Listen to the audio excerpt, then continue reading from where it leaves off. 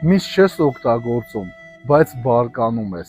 կաթնամթերք չես օգտագործում, բայց բամբասում ես, ձուկ ու ծովամթերք չես օգտագործում, բայց ակտիվ քննադատում ես, պահք ես պահում, իսկապես փոխվում ես, այս դեպքում պահքը դեռ չի հասել սրտիդ, սննդային պահքը միայն սկիզբն է, այն օգնում է, որ կարողանանք մարզել մեր կամքը, որպեսզի կարողանանք հրաժարվել մեղքից, ինչպես սննդային պահքը վերածել հոգևորի, երբ սով ես զգում, շատ աղոթիր, երբ համեղ գայթակղիչ կերակուր ես տեսնում, հիշիր ինքնազսպումը, քիչ կեր, շատ աղոթք արա, հրաժարվիր առած սեղանից, շատ բարիք գործիր, երբ շուրջդ բամբասում են, լռիր, կմաքրվի սիրտդ։